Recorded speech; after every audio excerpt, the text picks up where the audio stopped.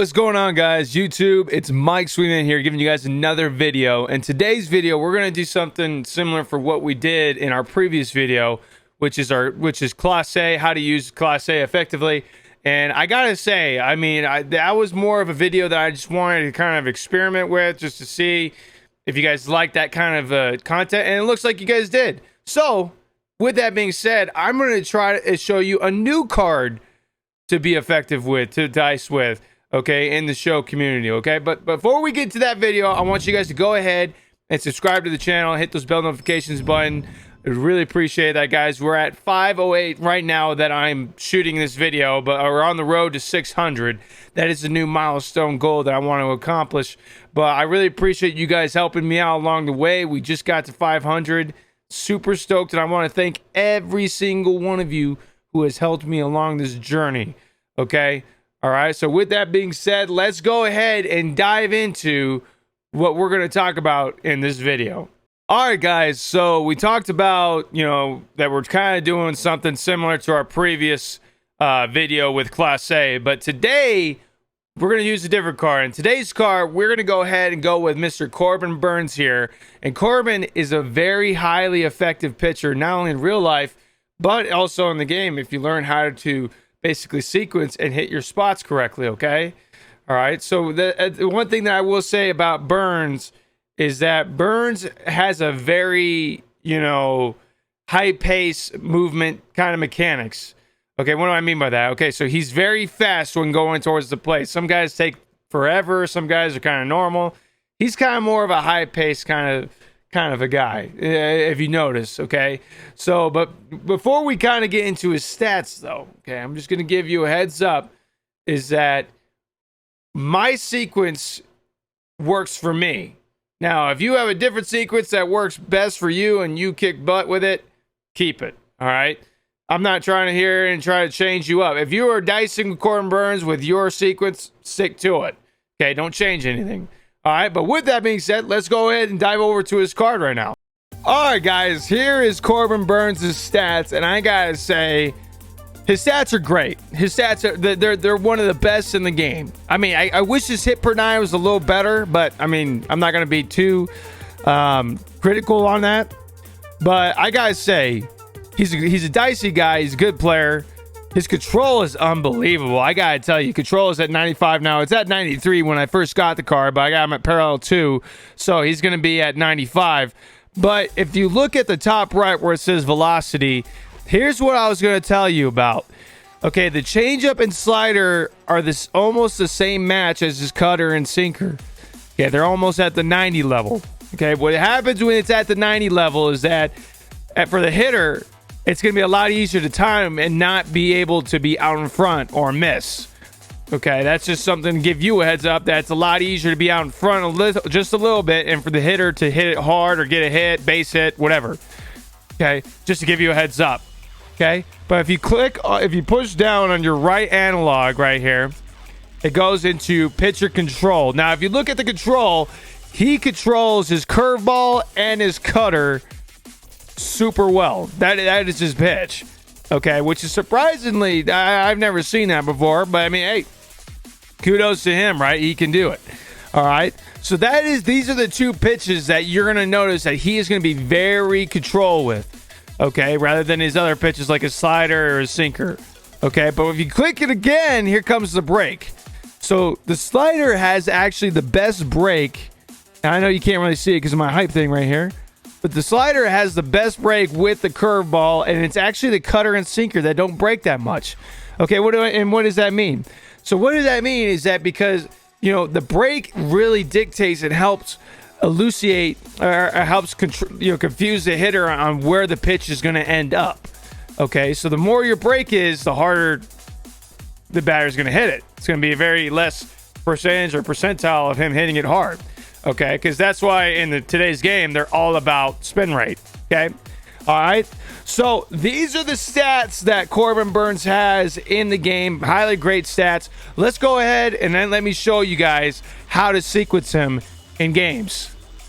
All right, guys, so this is how we're going to dice with Corbin Burnes and how to really sequence him well in the show 21.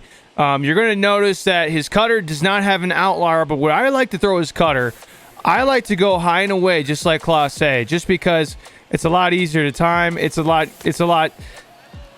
has that break where it starts right in the middle of the plate here and then it goes away. Okay.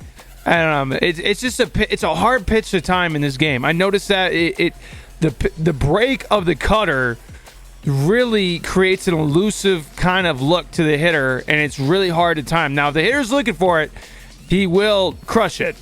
Now, that's where you kind of have a little between. You go high and away, and then you go high and inside. If you notice high and inside, it's going to look flat. Okay, it's going to look really flat. It's not going to look, it's not going to break as much.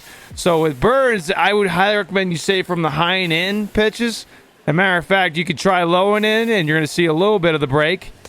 Okay, just a little bit. But, I mean, it still kind of looks like a four-seam, and you don't want to make it look like that. So, highly recommend for the cutters, stay away with it. Go high, go low. The low is actually one of the best ones that you can throw because it just kind of goes like that. All right, so it kind of just has that slow, but it just moves out. Now, when it comes to the seekers, I have been notorious and been really good of going middle and away with it, just because it's hard to time, and also it's really it looks like a ball out of the hand, and then it just kind of sneaks back in. All right, that is the pitch that you can use all the time, is the high and away, or the high mid away with the sinker. But you can also, I mean, it's common that you can just go inside with it and just attack them and bury them inside like that. That is also a good one. I would highly recommend you try to stay away from that, though. Try to stay inside, because a lot of hitters are looking for that pitch. So the inside pitch is one of those gimmicky kind of pitches, like once in a blue moon. I want you to throw most of your sinkers away to force him to go the other way with it. Especially when it's an outlier, it's really tough to time those. Okay, now when it comes to the curveball, I have noticed great, tremendous work when I actually thrown it a little high, just because it's a lot easier. It's one of those pitches where it shocks the hitter, like, oh shoot, and then it just comes right back down. You can be surprised, and it's also harder to time, believe it or not, a high cut or high curveball is. But I also noticed that if you go down and in with it, that also helps, because it comes out and looks like a strike and then drops into the dirt. Kind of like a good classic Adam Wainwright kind of a curveball. You could go away with it too. If you do, I would recommend you try to stay away from the bottom of the zone. Try to stay away from the bottom of the zone, because a lot of guys pull their PCI and it's a lot easier for them to go oppo taco with it. All right, but with the curveball, try to recommend you stay in the dirt, or you go high up and you stay probably low and middle away. So try to stay away from the corners. Okay. All right, so the changeup, I always been notorious of going high and inside, like right here. I never try to keep it in the zone. Matter of fact, changeups in the zone are just killers. They're ready to be destroyed. Okay, I've noticed that with high changeups like this, they've been really effective, especially because they look like a four-seam out of the hand and then they fall down. And so the hitter, he's going to see it, and they're going to be out in front, and then they're going to miss. Okay, so with the changeup, you want to stay inside. Make the hitter be a hitter and wait for it. Now, you could also go low and away, too. I've also seen that work as well with Corbin Burnes. Now, I'm just throwing to a computer. I've also seen that work well with Corbin Burnes, but I usually, when it comes to the changeup, I try to stay high and in. Now, when it comes to lefties, changeups, try to stay the same way. Literally, what you're throwing your righty, you're throwing to a lefty. It's the same thing, same spot. Easy as peasy, right? Okay. All right, so that's the changeup. Now, when it comes to the slider, here's the slider point. Slider, you want to stay high. You want to stay high here and then throw. You don't want to go low.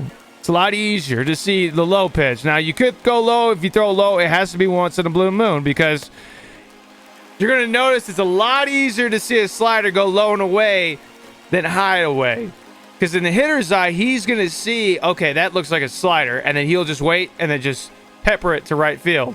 Okay, so what you got to do is you got to make sure you throw high and away with it.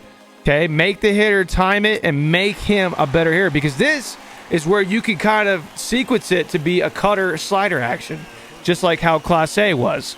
And also, not only that, you can also go sinker here,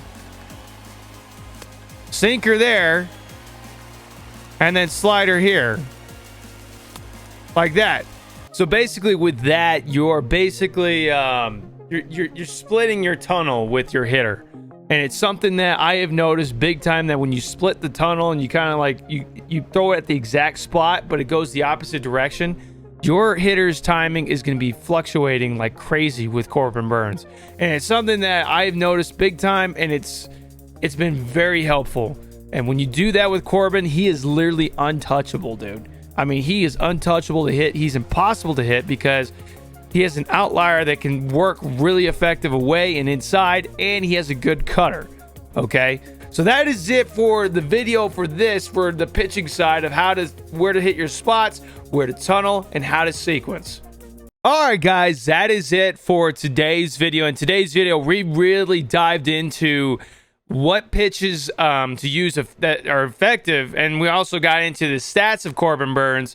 You know, what he controls well with, what's his best breaks, what's his best pitches in regards to velocity. But not only that, we learned how to dice it, how to locate those pitches, how to maneuver, and how to sequence, so that you guys can be very effective with Corbin out when you play in ranked games, online games. This is something that has helped me, and I have noticed good results.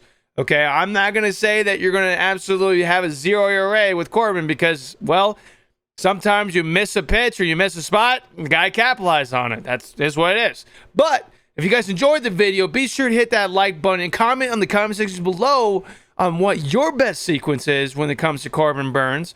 But not only that, I want you guys to go ahead and hit that subscribe button and bell notifications button so that you guys are notified for my future uploads on this channel. Not only that, I also stream on Twitch, and I highly recommend you guys go check out my Twitch streams.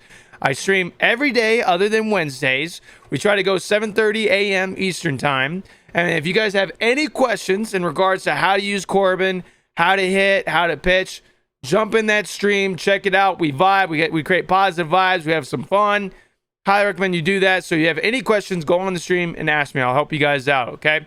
But other than that, that's it for this video. I wish you guys nothing but pinpoint pitching and perfect perfects. And I, Swingman, will see you guys in the next one. Take care, guys.